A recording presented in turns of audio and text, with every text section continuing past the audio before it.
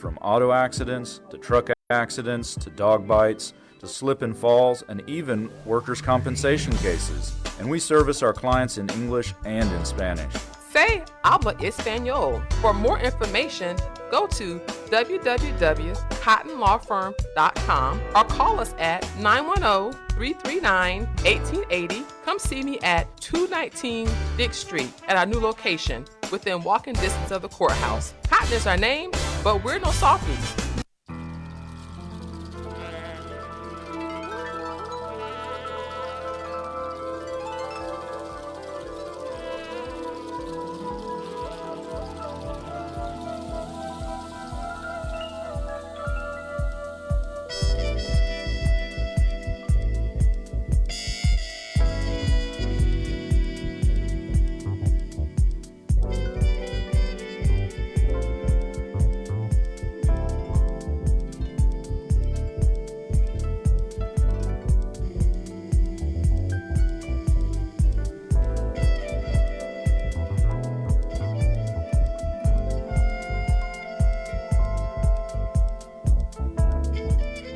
Good morning. Your station for information and inspiration. It is now time for honest conversation. So we go into the WIDU community room with Kev and Jay. All right, thank you, Paul, and Happy New Year to you, Paul. Happy New Year to everybody.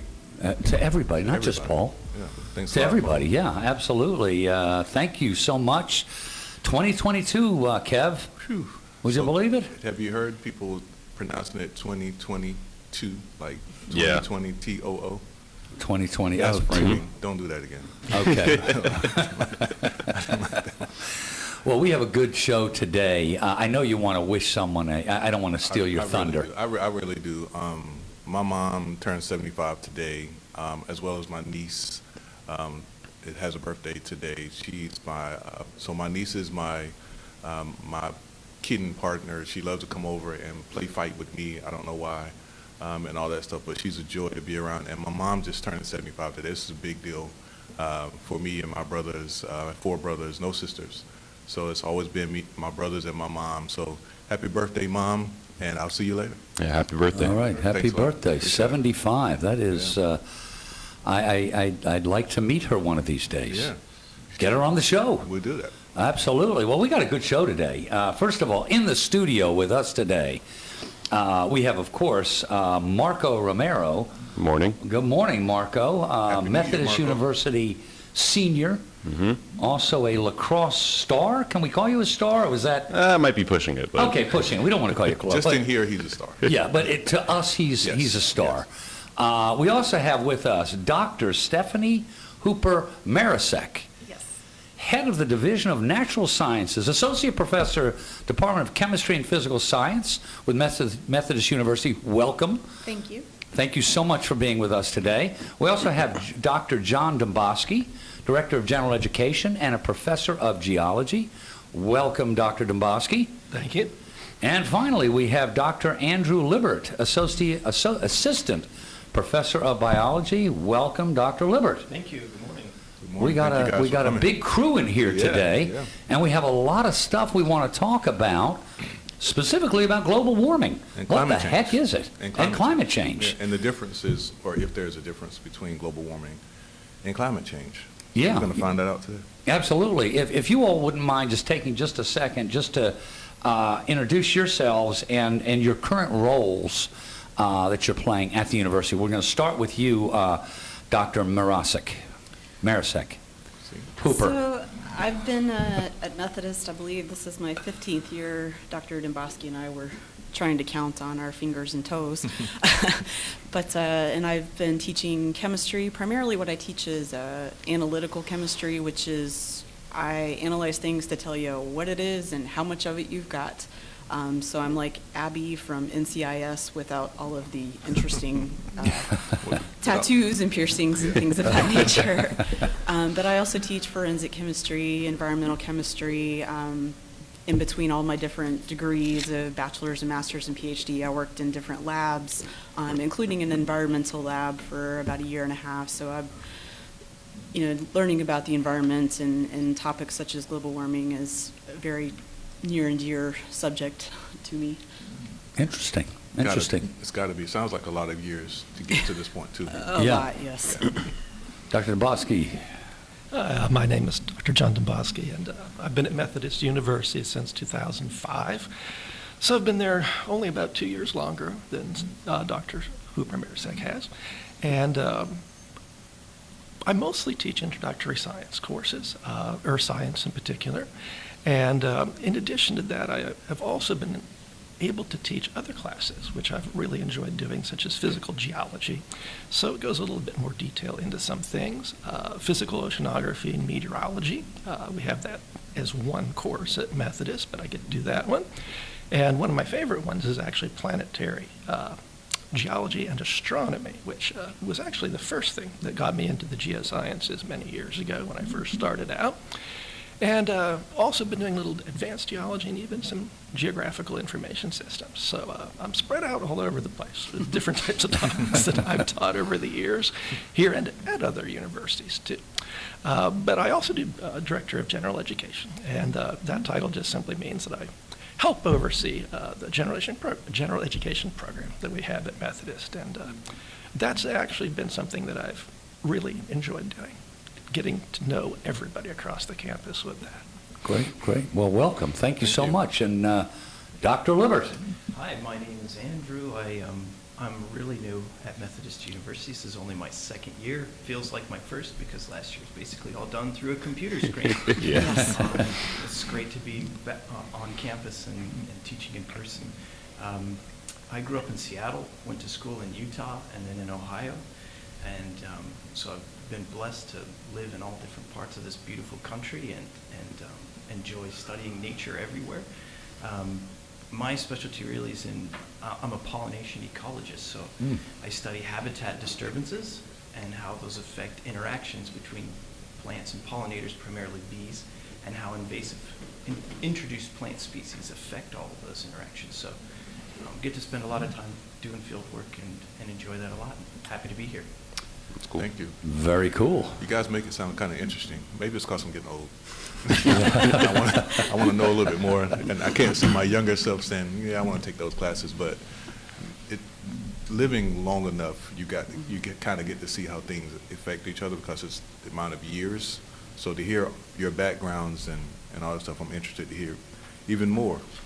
So, question one for you, Jay. Yeah. So, I mean, I think the basics.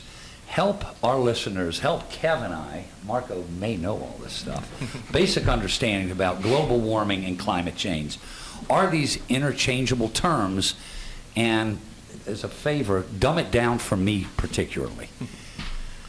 So I'll let Dr. Dembosky cover kind of what climate change is. No, they're not really the same idea. The term global warming probably came first, and then climate change sort of developed out of that. Global warming really is just defining the increase in the overall average global temperature, measuring that over a period of time. And since pre-industrial times, the temperature has increased about 1 degree Celsius, which is about 1.8 degrees Fahrenheit just since the early 1800s. But what's concerning about that is the majority of that has only happened since 1975. Wow. So what happens is why we have global warming. And don't get me wrong, global warming is a good thing. Otherwise, the surface of Earth would be about 4 degrees Fahrenheit. You were talking about 30 degrees Fahrenheit is cold. Without our atmosphere and greenhouse gases, it would be very, very, very cold. So the way it works is clearly we receive energy from the sun. We get solar radiation. Earth absorbs that, and Earth actually re-radiates energy of its own back out towards space and in a lot of different directions. Some of it makes it back out towards space, but our atmosphere traps some of that energy. And that's due to the gases that are in our atmosphere. Primarily these things that we call greenhouse gases. So it acts like a greenhouse. A greenhouse allows certain radiation in from the sun, traps certain types of radiation from escaping the greenhouse, leading to the warming effect. And the primary gases that lead to this are things like carbon dioxide, methane, water, and some other things like chlorofluorocarbons like CFCs that are now banned, and some other, trace gases. Carbon dioxide is the one that you hear about a lot, reducing carbon emissions, that sort of thing, because of how it absorbs that radiation that Earth is sending back out towards space. So these greenhouse gases trap the energy that Earth is sending back out towards space, absorb it, and send some of that back towards Earth, basically trapping that energy, which leads to the warming effect. So it's sort of, our atmosphere acts like a blanket, just leading to that warming effect. So an increase in, gases like carbon dioxide is what is leading to the increase in temperature over the last, several years. So, but the climate change is an effect of that, so I'll kind of let Dr. Dombosky and Dr. Libbert expand upon that. Sure. Term. Well, in terms of the difference, which you ask about, what's really the difference between global warming and global climate change? You can go back to the 70s and 80s. Global climate change wasn't around. It wasn't part of the term. And for a couple decades before then, people had noticed that there seems to be this increase in the average temperature of the planet. And it should be noted specifically average for the planet, not any particular place. It's just overall it seems to be increasing. And it just garnered the name global warming over the years because, well, that's what it was. They saw a warming trend. So as far as that goes, that was interesting because if you take a look at the history, the geology, and what the geological record shows, we had actually been in a cooling trend since about 6,500 years ago. And then all of a sudden, as mentioned, in the 1970s or so, things flipped around and things started to increase. And people had to ask, well, why? What's going on?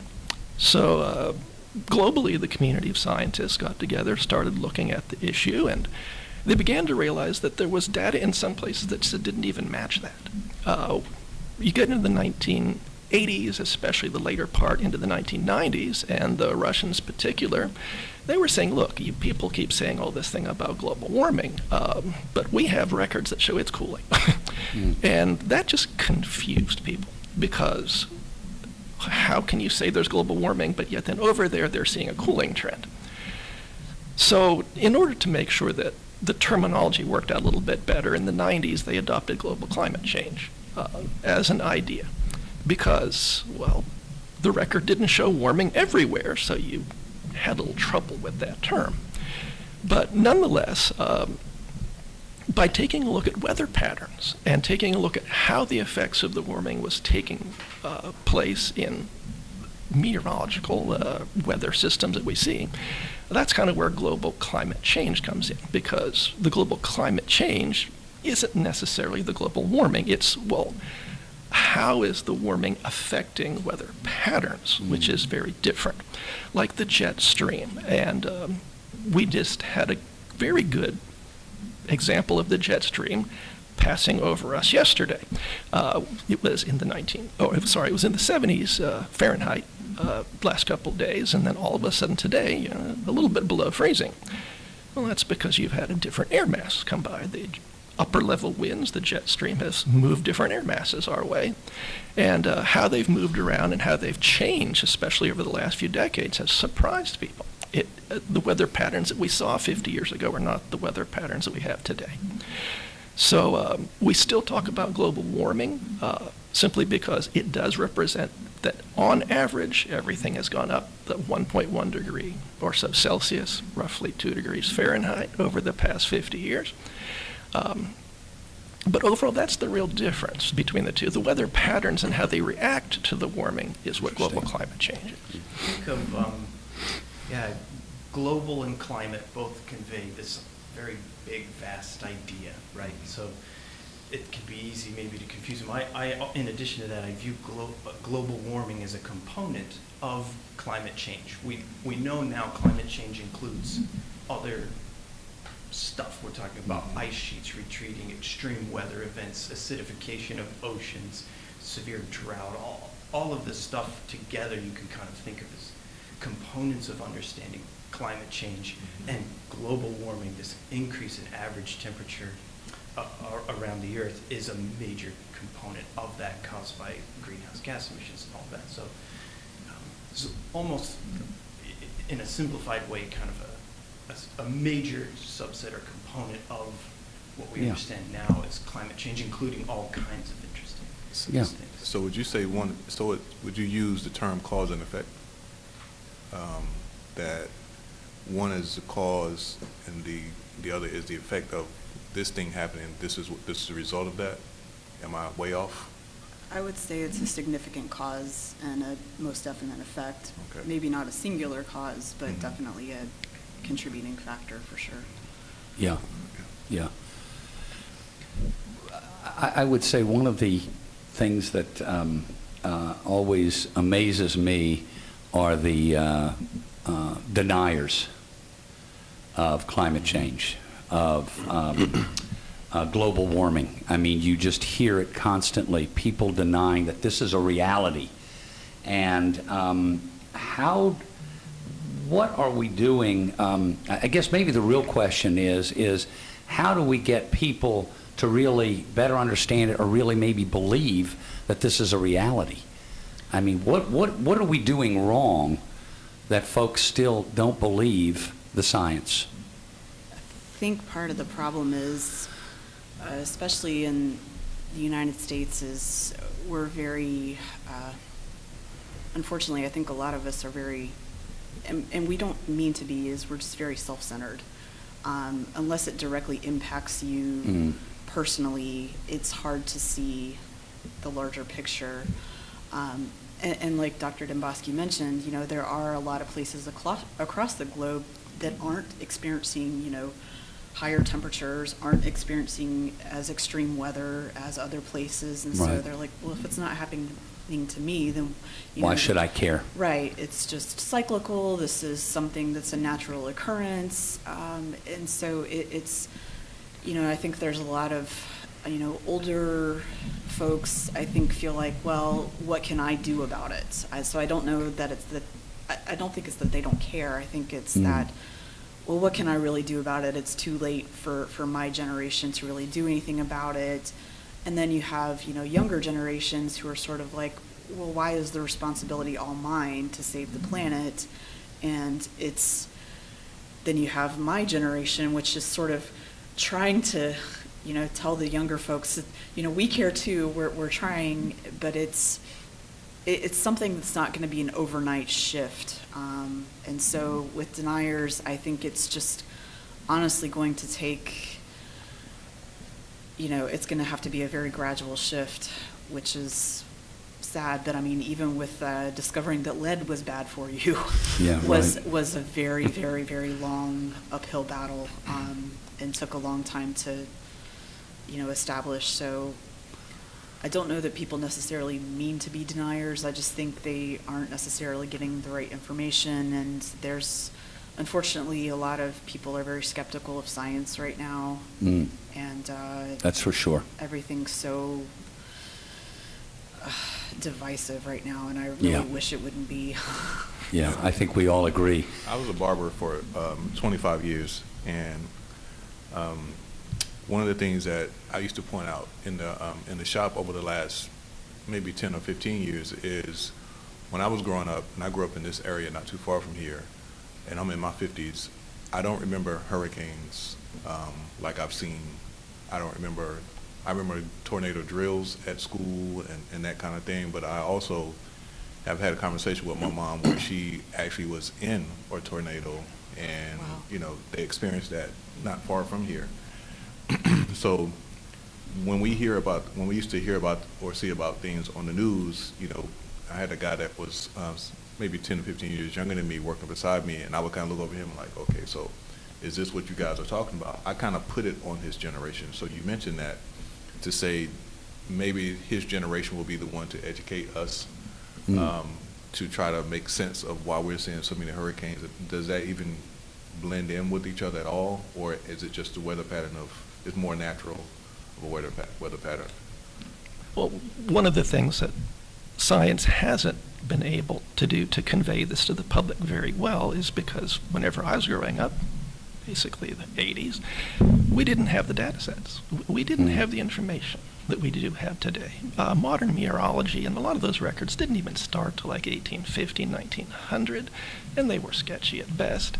But now, since the 1980s and 1990s in particular, we've had all kinds of satellites, all kinds of data sets coming in. Studies have actually been paid for, and information is actually here now that wasn't here 20 years ago. Yeah. And how we view the surface of the Earth and how we view some things has changed dramatically in just the 20 years. So the older generations, I can't necessarily blame them because they didn't know much. There just wasn't that much information out there. But starting, 2000 and so forth, the amount of information has come in and really emphasized and given us the groundwork to show that, yes, global warming is something that is actually happening. It's not maybe. And the way they used to write the reports back then is they used to say perhaps. Well, now they're saying like with 90%, a surety, yes, we have global warming. Right. It is something that is happening. So science has just simply advanced a lot in a relatively short length of time. Yep. Yep. It seems like there's two big questions. Are things warming, which I feel like now the data very clearly, and I think more and more the general public are coming to accept and understand and see that. And the second big component of that is that contributed to what humans are doing. That's where you get a lot of controversy, and there's a lot of money at stake. Yeah. There's a lot of political things on the plate here. So you Right. have outright science denial. If you can get anybody to think, well, the science is unsettled, or there is some doubt about this, then you kind of sit back and go, I'll wait for them to sort it out. Even that kind of a delay, any delay to say, well, let's wait for them to sort it out. I'm in, I'll listen, but it seems like they've still got some work to do. Or if somebody, there's personal attacks on individual climate scientists to try to do things. There's deflections to say, well, this is an individual problem. You need to be doing X, Y, and Z to kind of deflect away maybe from major regulation on carbon emissions. I think there's specific strategies, I think, that are very clearly implemented to try to get the general public to go, well, this is confusing, or it's not settled and I need to wait. Or that the problem is so big, there's nothing you can do about Right. it. So Right. why fight it? And any delay, anything that can kind of keep money going into certain pockets and can delay any sort of major changes is an issue. It's something that has to be addressed today. So I feel like for the general person trying to go, how do I sort this out? Right. That's really difficult. There's so much information today. How are you supposed to sort through and go, well, this seems accurate, when you've got outright people saying, no, that data is false, or this or that. And A lot of misinformation now, too, in the last few years. A lot of misinformation. A ton, yeah. Did you want to say something, Marco? Well, I just wanted to touch on, I've heard a lot of things where, they say, oh, these are the things you can do, like as an individual to, help with global warming or to help with climate change, recycle more or, drive your car less.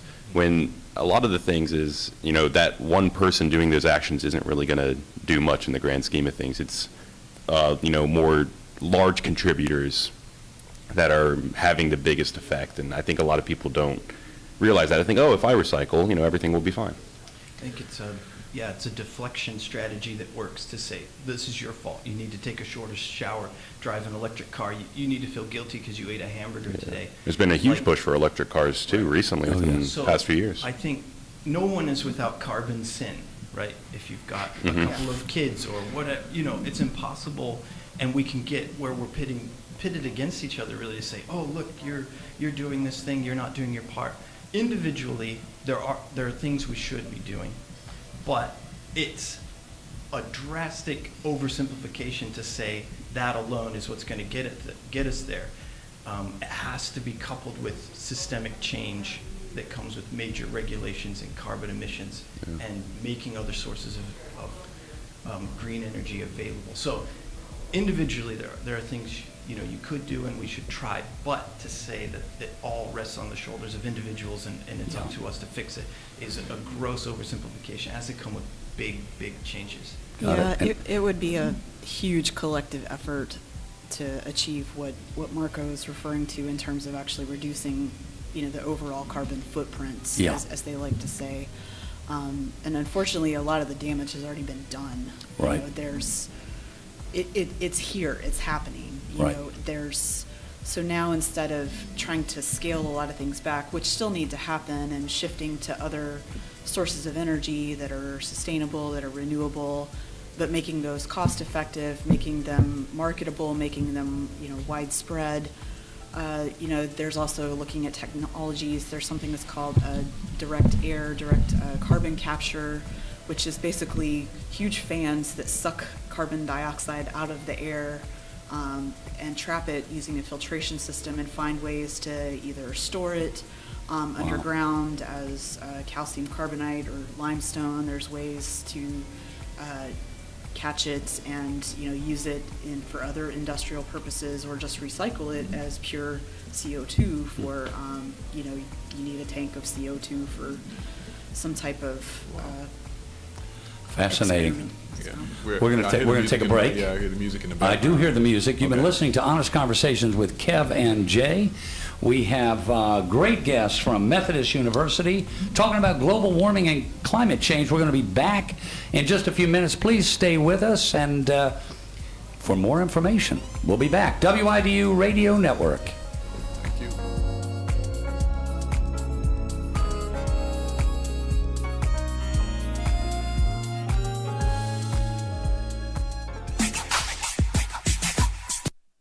A North Carolina state trooper was killed along with a driver who had stopped when they were struck and killed by a second state trooper. The two troopers were brothers. Trooper James Horton lost control of his vehicle as he responded to his brother's call for help during a traffic stop in Rutherford County. Coronavirus infections are shattering records in the U.S. as health officials report more than 1 million new cases yesterday.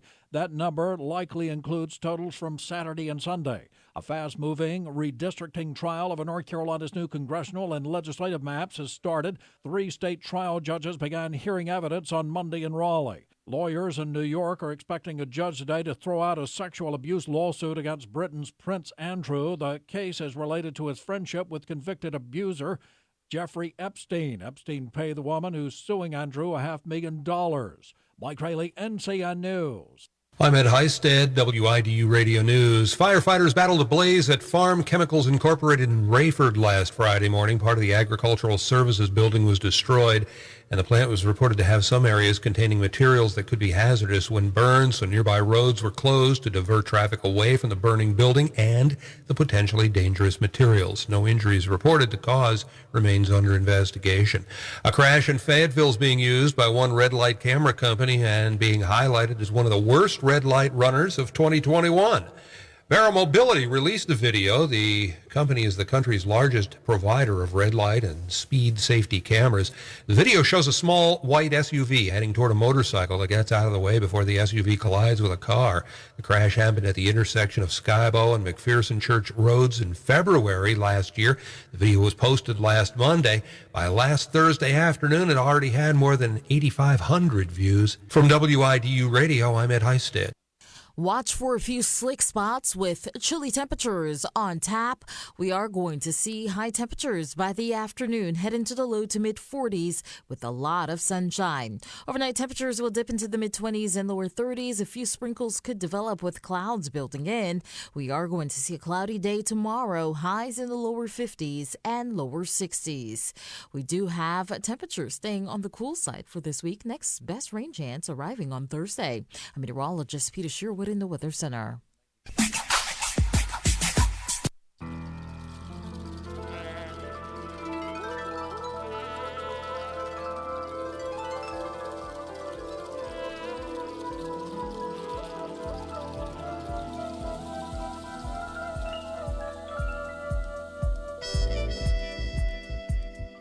Good morning. We now return back to the WIDU Community Room for more of Honest Conversations with Kev and Jay.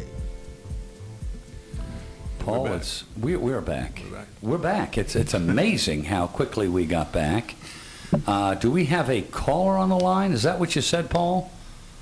I didn't hear music, so I wasn't sure if we had a caller. There it is. There it is. Oh boy! Wow, that is something else. I don't feel lovely, even though the song says I am. And I think I want to just say something. I wonder if you two, Kevin and Jay, you should take some burden of responsibility for my getting COVID, because last Tuesday, when I should have been home calling in, you didn't have me call in last Tuesday. Well, we didn't have a show. We were on And vacation. I think that maybe that's when I got my COVID. It's your fault. Yeah. Well, I'm just going to do the responsible thing and say, my bad. Yeah. The other thing too is it's Kevin's mother's 75th birthday today. You're not able to listen today, so. Happy birthday! Oh, I'm sorry. I didn't mean to mess up, but happy birthday to your mom. 75. God, that sounds so young. Oh my God. I know, right? Compared to you're 84. 84. Yeah. Wow. 84 years young. How's your mom's health? COVID free, so everything else is extra, and we Good. appreciate it. And Appreciate it.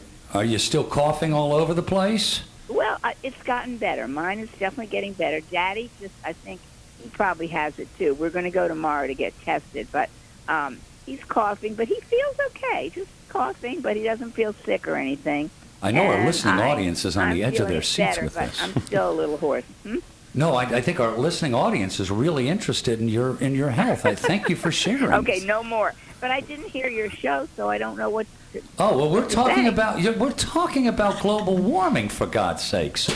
You are missing three amazing guests from Methodist University: Dr. Stephanie Hooper, Dr. John Domboski, Dr. Andrew Libert. They're trying to explain to us the differences between global warming and climate change. We have great information coming in. You're not learning anything today. I know, but I feel badly about that because I love going, being on your show and listening and learning. But today I'm just not learning anything. Well, you'll have to play it back, Mom. You'll play it back, and we'll quiz you next week, right? Oh, Can we do that, Kev? Okay, so that is your homework. We're giving her homework. I'm going to quiz her, not you. No, but we're giving you homework. Listen, we would love to chat more, but because we have great guests today, we got to get back to our guests. You're lovely. We love you. And listen, get better, okay? And Happy New Year. Okay. Yeah, Happy New Year. Thanks for having me. And Happy New Year. Happy birthday to your mom, Kevin. Thanks a lot. Take care. Thank you. Okie doke. All right. That was a great break. That was a great break. Okay. I kid around too much. I got to stop kidding around. We got to get back to serious business here, Marco. go. I mean, we do. Right before we went to the break, we were talking about the politics of what can be done, what's causing all this stuff as individuals, and how vast it is as far as where we are with getting the word out. And we've seen, just the truth is, we've seen over the last 2.5, 3 years about whether or not, because of the pandemic, a lot of questions surrounding science in general. Yeah. Today, the science that we're talking about has also been in question. I think going back to the 80s, Jay, you can help me out with this. I'm going to challenge your dementia. Thank you. Was it Al Gore? He invented the internet. But he was also a denier. Oh, I'm sorry. He also was a denier. Am I correct in that? So, well, Was it I mean, him? It he's was somebody that was running. Al Gore was never a Maybe the denier. 90s. I'm sorry, Al the Gore 90s. Al Gore was like a leading. He was. Yeah, I'm he's- sorry, I got yeah. it backwards. He created, Yeah. inconvenient truth and all of that. Yeah, so I got it backwards. But again, politics, got involved with this at a very early stage. So, and we were speaking to some of that before we went to the break. So, it's a challenge. That's where we are. It is, and I'm not sure it's going to get any better anytime soon. So when we talk about the role of humans, what are some of those things? I mean, you mentioned it earlier, some of those things that we can do, but what are some of those things that folks can do to really make a difference, to be more conscious about the environment, Like, the can climate? we all just buy electric cars? Is that Yeah. Should everyone buy Teslas? Is that going to make a difference? I mean, what are some of Actually, those it things? can. Everyone bought a Tesla. I wish we had the money to buy I was going to Tesla. say, we have to raise the minimum wage.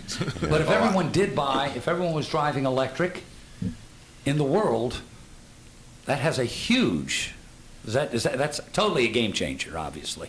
Well, and you see a lot of companies like Amazon and UPS and, you know, a lot of major transportation companies are trying to switch towards at least using hybrid vehicles or electric vehicles to reduce, because again, the major contributors to, you know, carbon dioxide and carbon emissions is going to be from vehicles, power plants, you know, using electricity, because a lot of the source for that electricity comes from fossil fuels, and unfortunately, burning any fossil fuel, even, you know, natural gas, which is the cleanest out of those, still produces carbon dioxide.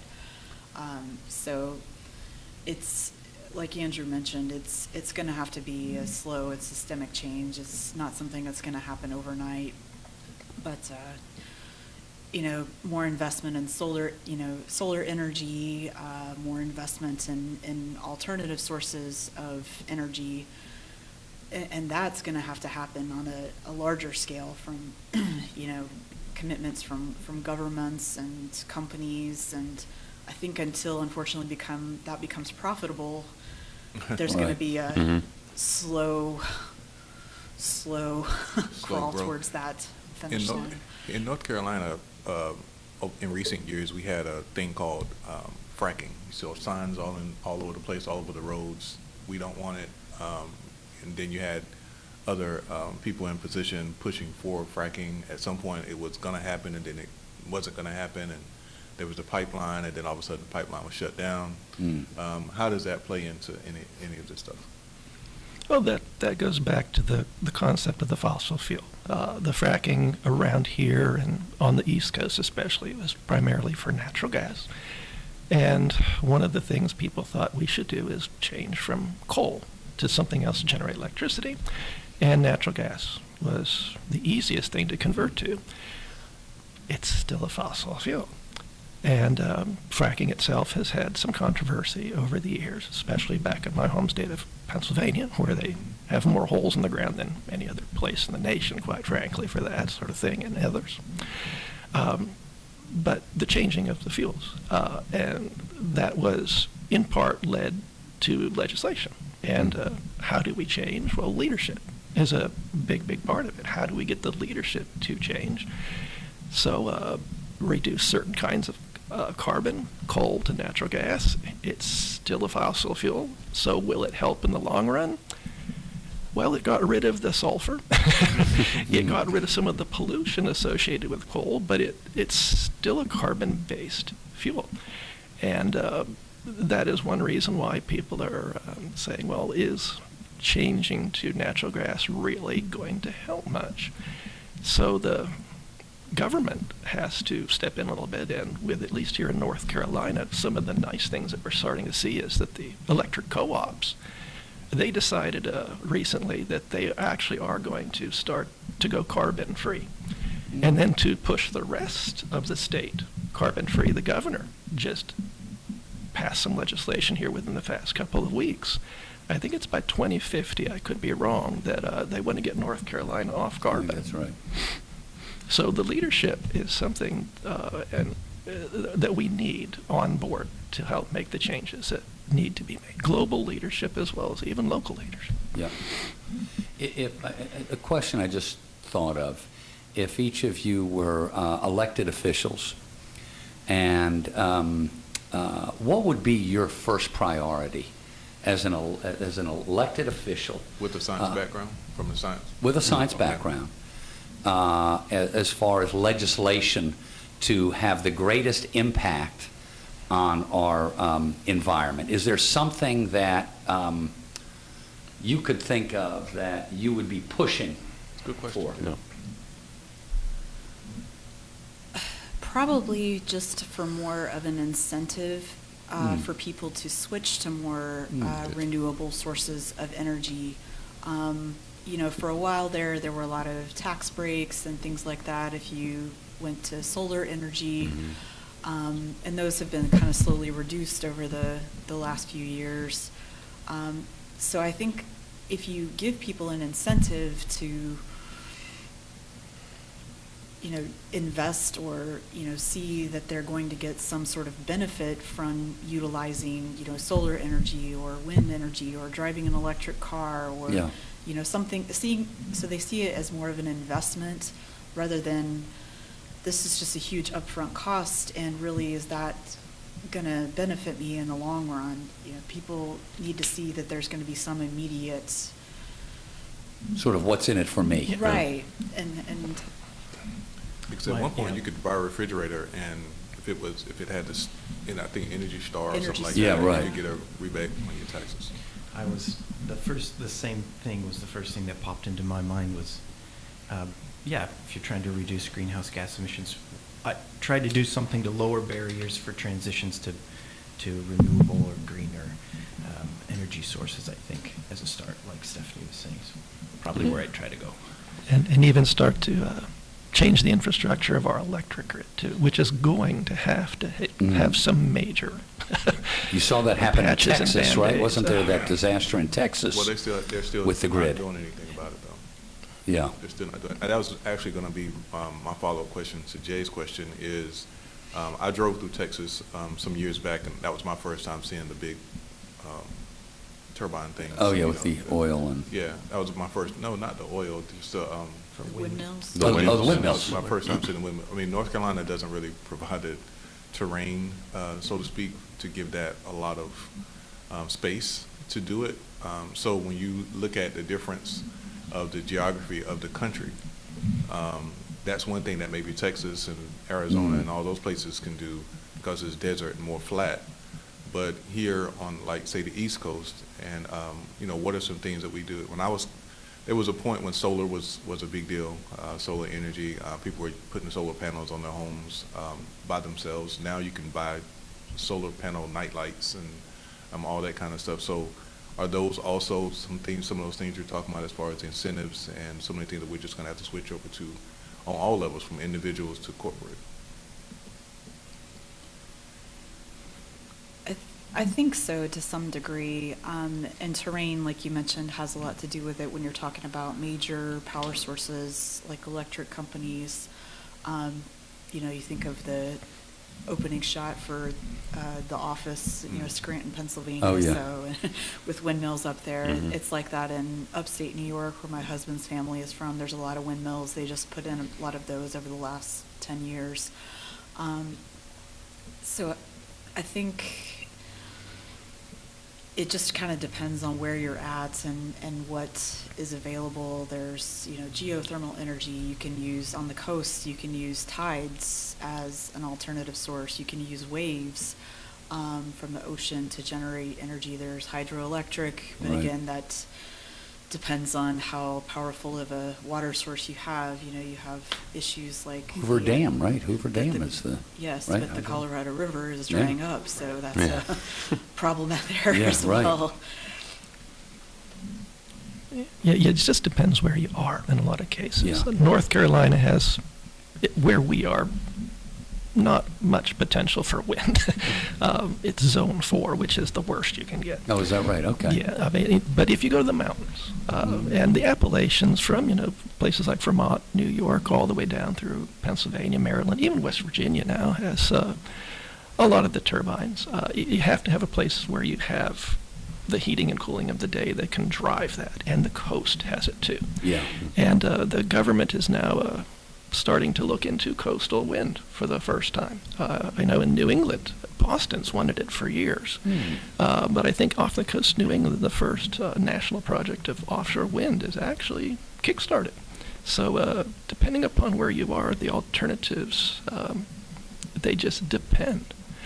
So there's other ones like nuclear. A lot of people don't like to mention nuclear, but China is investing huge. It's going to be ordering 37 new nuclear power plants. Is that right? That's way more. That's going to bring them up to almost the number of power plants that we have, Wow. nuclear-wise. But these new ways of doing things, and nuclear isn't what it was back in the 50s and 60s. It's going to be a completely new. It's not just a bomb. Yeah, it's way less fuel, way more energy coming out of it. So instead of, in the olden days, nuclear was, the bigger the better.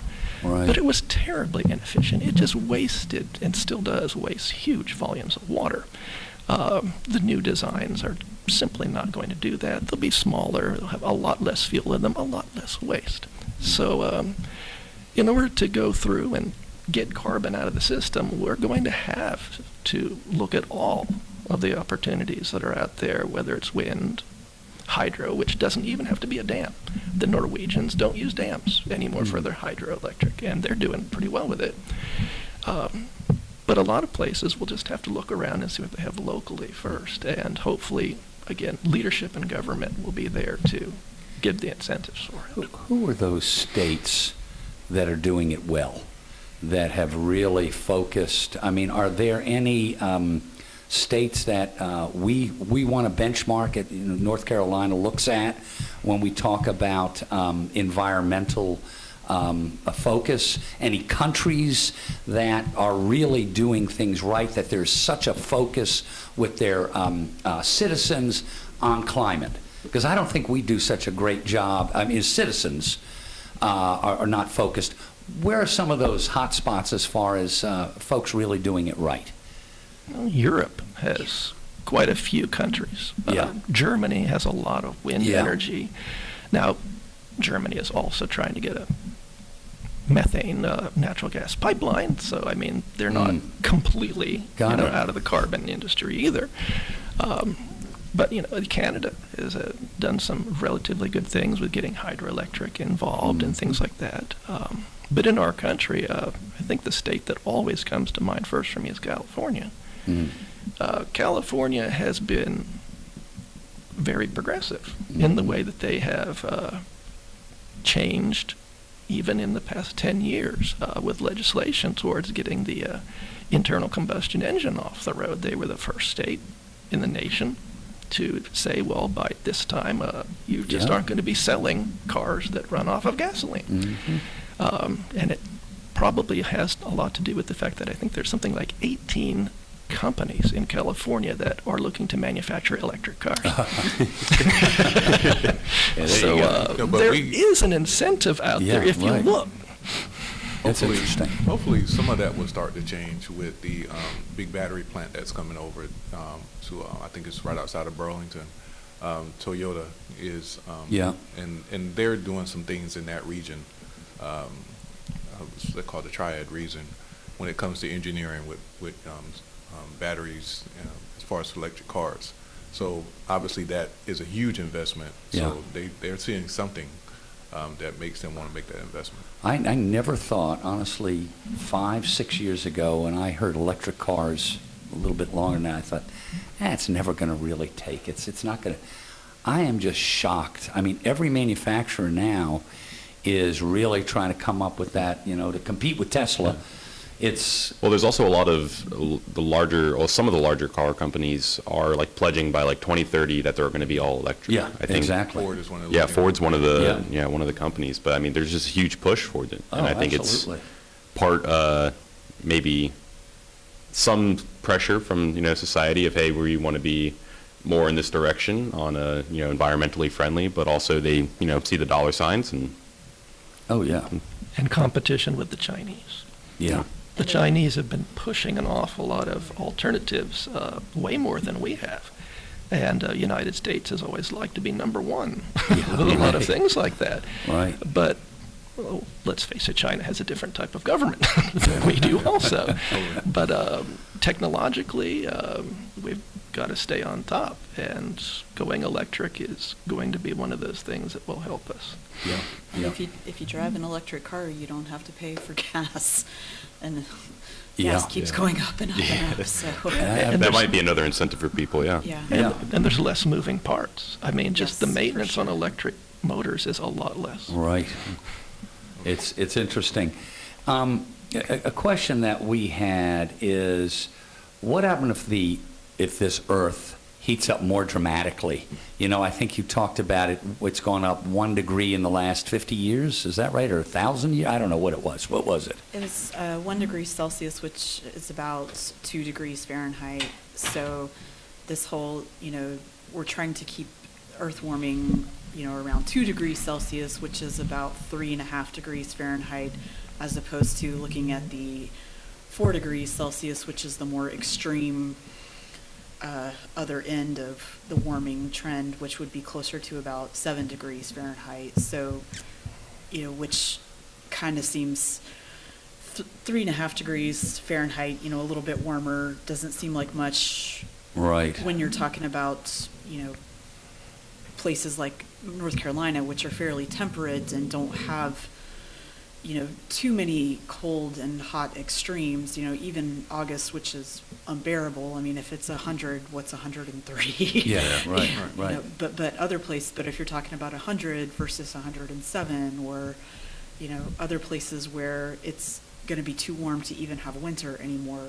Winter seasons globally have been shortened by almost 15 days from the start and end of when, trees start to lose their leaves and start to grow them again over the last, several decades. So interesting. We only have, I think, about 3.5 minutes to go.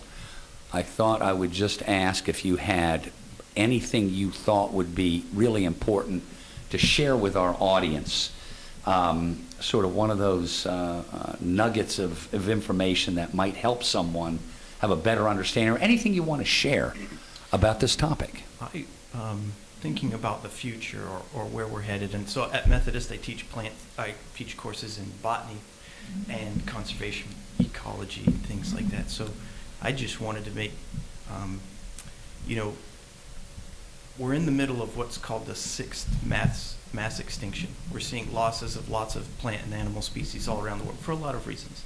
The leading role for that is habitat change, or habitat loss. Climate change contributes to that, but is also considered independently one of the major factors that's threatening a lot of plant and animal species. Even a few degrees shift, we see ranges contracting. We see species trying to migrate, but they're limited in the rate. So I think that's one of the things when people go, oh, things have fluctuated and life finds a way, right? That's one of their favorite lines from Jurassic Park. And it's true, life is remarkable, and organisms and populations of species are incredible. And we've seen things go extinct and come and go throughout Earth's history, but the rate at which things are changing is a serious threat to biodiversity of plants, animals in marine and terrestrial systems around the world. And we're seeing that. It could result, phenological mismatches. If plants are flowering earlier and the bees that need to pollinate them aren't there, we have a serious problem that will hit us in the wallet when we think about agriculture and other things like that. So the rate of change is an issue. And just that climate change represents a serious threat to biodiversity on our planet. Interesting. Yeah, and if you're really not sure about the whole thing, if you still think you've got some questions about is this really real or not, well, you might not be able to see it in your backyard too well. I mean, especially in a place like North Carolina, again, if it gets a couple degrees warmer in summer, no one's going to notice. Watch the Arctic, watch the Antarctic. The biggest changes are not going to be in North Carolina. They are going to be in other places around the world. And it's amazing how much northern North America, the Arctic, it's warming up 2.5, 3 times faster. I see those polar than the rest bears. of the planet. And if you really want to see the effect, and if you're not sure global warming is happening, just watch northern North America, Greenland, Canada, Siberia, Alaska. Those are the places where we have to watch things. Antarctica is a little different. It's still relatively stable with its ice sheet. But the northern hemisphere around the polar regions, they are really the areas that are showing us that it is a real issue, and it's going to affect us globally. All right, thank you. Dr. Hooper? I would just say to anyone who's, not sure about all this or has questions, please feel free to reach out to any of us. Our contact information is on the Methodist website, and, we always welcome open discussions with people. We love talking about things of all points of view, and would just, really like to have a an honest conversation with There you anybody, go. or Appreciate that. So. Did you get that, Marco? Yeah. We really appreciate you guys coming on today. I know you're busy. School started, is there a delay in classes, I hear? But we've been really appreciate you guys coming out today. Yes, thank you. I learned a lot today. Yeah, Doctor, we've had from Methodist University, Dr. Stephanie Hooper Marasek, Dr. John Domboski, Dr. Andrew Libbert. Of course, we have our own Marco Romero with us. Kev, your mom's 75th birthday. Any last-minute things you want to say? Marcella's birthday as well, so I want to say happy birthday again to my niece. MLK 29th annual brunch is coming up on January the 17th. The Group Theory and myself as a director will host the youth extravaganza that will follow that at the Crown Expo on January 17th. Jay and Marco, I'm glad that you guys are going to be a part of that. Yes. So you can go to thegrouptheory.com to learn more about that. And want to make sure we continue the things that we say every Tuesday, which is to thank a teacher. And since you all We do that every in Tuesday. the education field, thank you all for choosing this profession, choosing you. Thank you for the dedication and fighting through. So Yeah. we appreciate it, helping our young people get better. Absolutely. You've been listening to Honest Conversations with Kevin Jay on the WIDU Radio Network. We'll see you next Tuesday. Thank you.